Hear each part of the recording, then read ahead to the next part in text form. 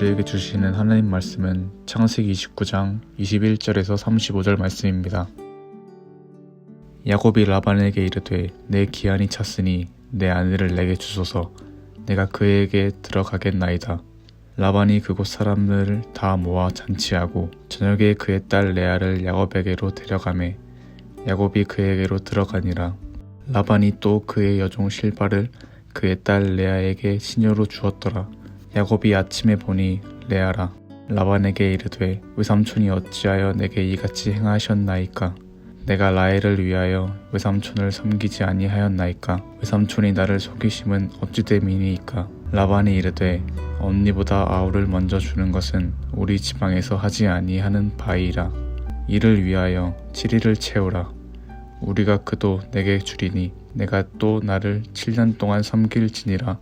야곱이 그대로 하여 그 7일을 채우매 라반이 딸 라헬도 그에게 아내로 주고 라반이 또 그의 여종 빌하를 그의 딸 라헬에게 주어 시녀가 되게 하매 야곱이 또한 라헬에게로 들어갔고 그가 레아보다 라헬을 더 사랑하여 다시 7년 동안 라반을 섬겼더라.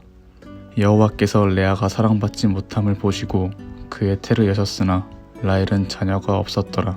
레아가 임신하여 아들을 낳고 그 이름을 르우벤이라 하여 이르되 여호와께서 나의 괴로움을 돌보셨으니 이제는 내 남편이 나를 사랑하리로다 하였더라. 그가 다시 임신하여 아들을 낳고 이르되 여호와께서 내가 사랑받지 못함을 들으셨으므로 내게 이 아들도 주셨도다 하고 그의 이름을 시므온이라 하였으며 그가 또 임신하여 아들을 낳고 이르되 내가 그에게 새 아들을 낳았으니 내 남편이 지금부터 나와 연합하리로다 하고 그의 이름을 레이라 하였으며 그가 또 임신하여 아들을 낳고 이르되 내가 이제는 여호와를 찬송하리로다 하고 이로 말미암아 그가 그의 이름을 유다라 하였고 그의 출산이 멈추었더라. 아멘. 사랑하는 서문가족 여러분, 오늘 아침도 말씀과 기도로 시작하는 여러분 모두에게 삼위 하나님의 은혜와 진리와 평강이 함께 하시길 기도합니다. 욕심으로 인해 형과 아버지를 속인 야곱은 결국 집을 떠나야만 하는 처량한 신세가 되었습니다. 자처한 일이지만 하나님은 야곱을 버리지 않으십니다. 지켜주겠다고, 함께 하겠다고, 그러니 두려워 말고 나만 믿고 따라오라고 하셨습니다. 그러나 야곱의 인생을 보면 입술로는 하나님을 높이지만 그의 삶은 여전히 욕심과 이익을 따르고 있음을 봅니다. 야곱, 움켜쥐다 라는 뜻이 참 걸맞습니다. 야곱이 외삼촌 라반의 집에 도착했습니다. 거기서 첫눈에 반한 라헬을 만나게 됩니다. 성경에는 라헬을 곱고 아름답다고 하며 그의 언니 레아는 시력이 약하다라고 기록되어 있습니다. 시력이 약하다는 말은 눈매가 부드럽긴 하나 빛나진 않는다라는 말로 외모가 매력적이지 않다는 뜻입니다. 예나 지금이나 남성들은 예쁜 여성을 좋아하나 봅니다.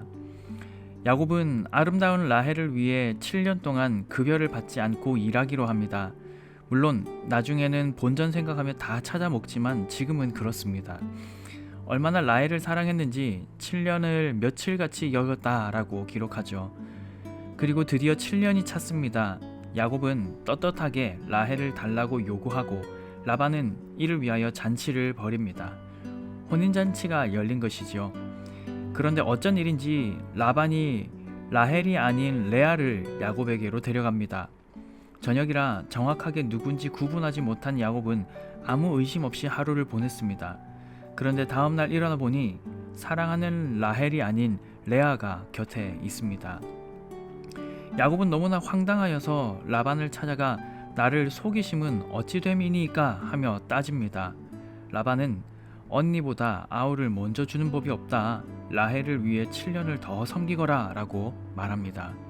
진짜 이런 법이 있었는지는 모르겠지만 만약 그렇다면 미리 알려줘야 하지 않습니까?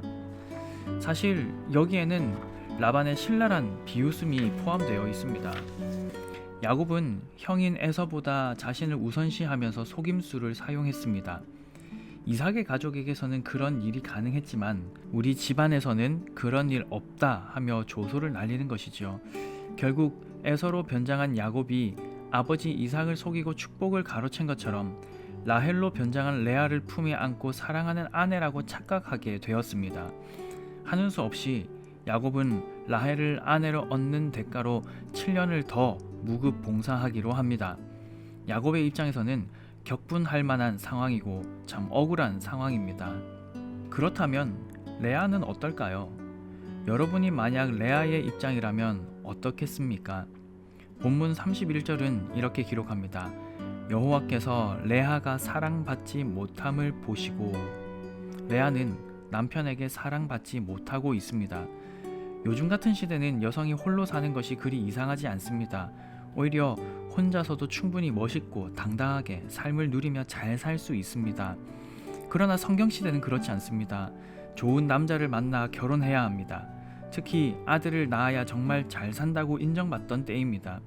아들을 낳지 않으면 큰 죄라도 지은 것처럼 숨죽이며 살아야 하는 시대였죠. 그런데 레아가 남편에게 사랑을 받지 못하고 있습니다. 잘 찾아오지도 않았을 것이고 사랑을 표현하지도 않았을 것입니다. 야곱의 성품을 미루어 짐작해보면, 그리고 이후의 삶의 모습을 보면 편애가 얼마나 심했을지 쉽게 짐작할 수 있습니다. 또 본문에 사랑받지 못하다라는 이 단어는 미워하다라는 뜻입니다. 야곱이 라헬을 사랑하는 만큼 레아를 미워한 것 같습니다. 인생에 단 한 번 하는 결혼이고 둘이 하나가 되는 영원한 신비가 있는 하나님 나라를 맛볼 수 있는 이 가정, 레아는 그 아름다운 결혼 생활을 누리지 못하고 있습니다. 얼마나 비참했을까요? 그러나 레아는 현실을 비관하며 포기하지 않았습니다. 왜냐하면 하나님께서 레아를 포기하지 않으셨기 때문입니다. 어떻게 알 수 있습니까? 여호와께서 그런 레아를 보셨다라고 성경은 기록합니다. 하나님께서 레아를 보고 계셨습니다. 하나님께서 레아를 생각하시고 위하고 계십니다. 현실은 여전히 암담합니다. 그러나 하나님의 시선 안에 머물고 있음을 아는 레아는 삶을 포기하지 않고 힘써 노력합니다. 이는 그가 아들들의 이름을 지은 것을 통해 알 수 있습니다. 레아의 성품이 얼마나 온유하였는지, 그리고 그의 신앙이 어떠했었는지를 가늠해 볼 수 있습니다. 첫째 아들의 이름을 르우벤이라 짓습니다. 보라, 아들이로다 라는 뜻입니다. 여호와께서 나의 괴로움을 돌보셨으니 이제는 내 남편이 나를 사랑하리로다 라며 하나님의 위로와 돌보심을 바라고 있습니다. 이것으로 인해 이제 내 남편이 나를 사랑하겠구나 라며 기대를 가졌던 것이죠. 둘째 아들의 이름을 시므온이라 짓습니다. 들으심이란 뜻인데, 하나님께서 내가 사랑받지 못함을 들으시고 이 아들도 주셨다라고 고백한 것이죠. 셋째 아들의 이름을 레위라고 짓습니다.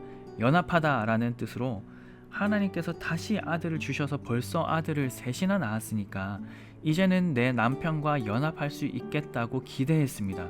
그러나 기대처럼 되지는 않았죠. 넷째 아들의 이름을 유다라 짓습니다. 찬송하다라는 뜻입니다. 내가 이제는 여호와를 찬송하리로다 라고 고백합니다. 비록 남편과 온전히 연합되지 못하고 그의 사랑을 받지 못하더라도 이제는 하나님을 찬송하며 높이겠다라는 레아의 신앙 고백입니다. 사랑하는 성도 여러분, 정말 놀랍지 않습니까? 방금 언급한 네 아들들을 생각해 보십시오. 이스라엘 12지파 중 가장 이목을 받는 두 개의 지파가 바로 레아에게서 났습니다. 먼저 레위 지파는 가장 하나님을 가까이에서 섬기는 자들이 되었습니다. 그들 중에서 모세와 아론이 태어났습니다. 모든 시대의 제사장들과 또 제사를 섬기는 거룩한 자들이 구별되이 세워졌습니다. 이스라엘 모든 지파 중 하나님을 가장 가까이에서 섬기는 구별된 자들로 부름을 받게 된 것이지요. 또 유다 지파는 어떻습니까? 12지파 중에서 대표성을 가지고 있습니다. 유다 지파에서 이스라엘의 왕 다윗이 나고요. 그 후손을 따라 우리 주 예수 그리스도께서 나십니다. 이 모든 하나님의 구원 역사 속에서 사랑받지 못하던 여인 레아가 쓰임을 받고 있다라는 사실입니다. 얼마나 놀라운 은혜인가요? 사랑하는 성도 여러분, 살아가다 보면 타인으로 인해 겪게 되는 억울하고 힘들고 어려운 상황을 마주할 때가 있습니다. 그것이 사소한 문제일 수도 있고 레아와 같이 인생을 좌우하는 문제가 될 수도 있습니다.